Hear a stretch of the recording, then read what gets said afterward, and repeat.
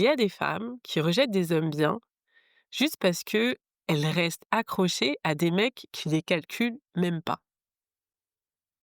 Hello à toi, moi c'est Emmanuel. Pour ceux qui ne me connaissent pas, je suis coach en relation. J'accompagne essentiellement les femmes qui en ont marre de revivre toujours les mêmes histoires. Celles qui savent que cette relation les abîme mais qui n'arrivent pas totalement à lâcher l'affaire. Celles qui continuent de s'accrocher à des liens où elles s'oublient. Et si c'est ton cas, bienvenue à toi. Ici, je t'aide à comprendre pourquoi tu fais ça et surtout comment en sortir. Et si tu veux aller plus loin, j'ai créé un programme gratuit. Revenir à soi, c'est 30 jours, 30 vidéos pour apprendre à te retrouver et à mettre de la distance avec ce qui te fait du mal. Tu trouveras le lien dans la barre de description. Aujourd'hui, on va plonger dans ce sujet.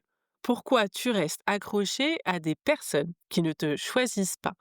Pourquoi tu refuses inconsciemment les hommes disponibles et surtout, comment tu peux t'en libérer pour enfin vivre des relations qui te nourrissent? Imagine la scène. T'es sur ton téléphone, tu attends un message de quelqu'un. T'as parlé avec lui hier, il t'a répondu un peu froidement. Et aujourd'hui, rien. Pas un mot, pas un signe. Et toi, t'es là, le ventre serré, tu vérifies ton téléphone toutes les 5 minutes. Dès que tu vois la petite lumière de notification, ton cœur, il s'emballe. Et quand tu vois que c'est juste une notif Insta ou la newsletter de ton boulot, tu as l'impression de tomber de 10 étages, littéralement. Ce que tu ressens là, c'est pas juste de la déception, de la frustration, c'est pas juste de l'attente, c'est un manque, un vrai. Ton corps vit ça comme un danger et ça, c'est un signe qu'on va devoir décoder. Pourquoi tu t'accroches concrètement? C'est pas que tu aimes souffrir, c'est pas que tu es faible ou naïve, c'est que ton système nerveux a appris à vivre comme ça. Quand on grandit avec un amour qui est conditionnel, un parent qui te donne de l'affection seulement si tu réussis ou seulement si tu restes calme, ton corps apprend un code. Pour avoir de l'amour, je dois mériter, je dois deviner, je dois être parfaite. Donc aujourd'hui, quand tu rencontres quelqu'un de disponible, qui te donne de l'affection sans condition, bah ton cerveau il sait pas quoi en faire. Ça ne te stimule pas, ça te semble même un peu suspect. C'est trop simple tout ça, c'est louche même. Mais quand tu rencontres quelqu'un qui t'ignore, qui est froid, qui est ambigu, bah bingo, le gars est tellement mystérieux que ça le rend attirant. Ton corps se met en mode mission, je vais faire ce qu'il faut pour qu'il reste. Il va m'aimer, il va rester. C'est pour ça que tu confonds manque et désir. Parce que ce que tu ressens, cette intensité, ce mélange d'angoisse et d'adrénaline, ton cerveau l'a catalogué comme amour. Alors qu'en réalité, c'est juste ton corps qui rejoue un scénario d'enfance. Rester dans ce genre de relation, ça a un coût énorme. Ton estime de toi, d'abord. À force de courir après quelqu'un qui te donne des miettes, tu finis par croire que c'est tout ce que tu mérites, tout ce que tu vaux. Tu deviens celle qui attend, celle qui quémande parfois, et chaque silence de l'autre, ça devient une preuve que t'es pas assez.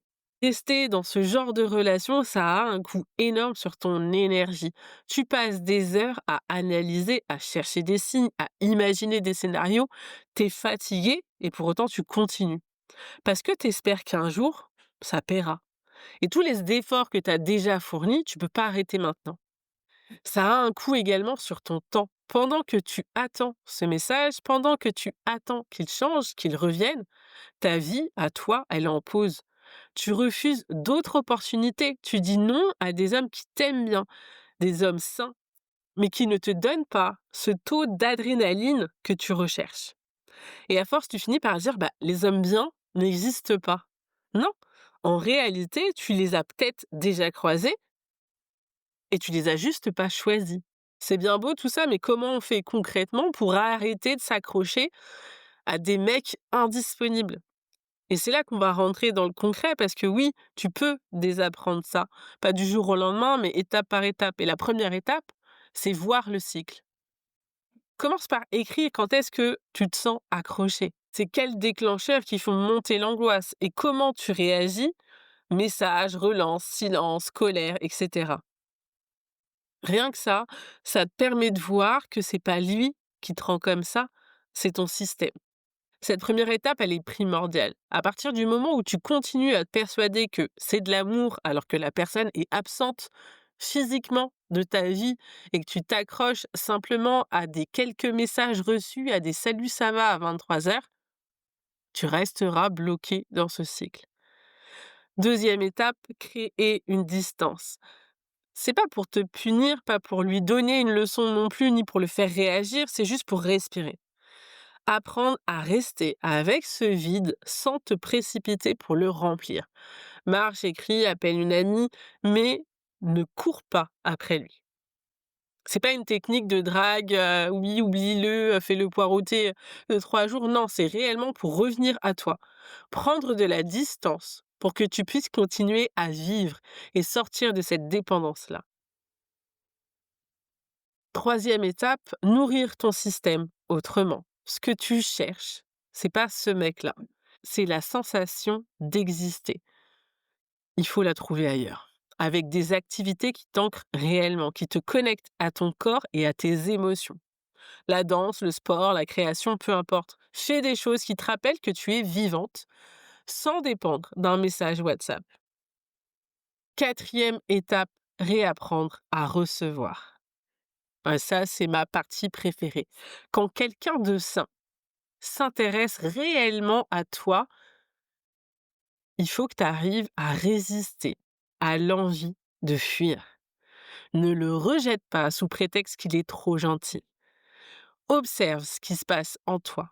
Donne-toi la permission de tester ce que ça fait d'être réellement choisi sans lutter, sans te battre pour. Ça va être inconfortable au début et plus tu apprends, plus tu réussis à accueillir et plus tu verras que au final, c'est agréable. Si tu as reconnu ton histoire dans ce que je viens de dire, je sais que ça peut être douloureux, mais c'est déjà un premier pas parce que maintenant, tu vois le mécanisme. Et quand tu le vois, tu peux décider de faire autrement. Et quand je dis décider, c'est pas du jour au lendemain, c'est pas un choix, puisqu'au final, tu l'as compris, c'est ancré depuis un certain temps, donc il y a un travail de fond à faire. Mais retiens juste que ce n'est pas toi qui es trop, ce n'est pas toi qui as un problème, c'est un apprentissage qui a besoin d'être désinstallé. Et si tu veux aller plus loin, tu peux t'inscrire à mon programme gratuit Revenir à soi. 30 vidéos, 30 jours pour apprendre à mettre de la distance avec ce qui te fait mal et à te reconnecter à toi. Tu trouveras le lien dans la description. Pour travailler de manière plus personnalisée, je te propose des séances individuelles pour t'aider à faire la première étape, sortir de cette spirale, mettre de la clarté, reprendre ton pouvoir. Tu peux réserver une séance via le lien en description. Et si cette vidéo t'a parlé, abonne-toi pour ne rien rater et laisse-moi un commentaire. Est-ce que toi aussi, tu t'es déjà accroché à quelqu'un qui ne te choisissait pas? Et comment tu t'en es sorti ou pas d'ailleurs? Je te lis. Si tu as envie que j'aborde d'autres sujets dans mes prochaines vidéos, n'hésite pas à me le faire savoir. Merci d'avoir écouté, merci d'avoir été là et je te dis à bientôt.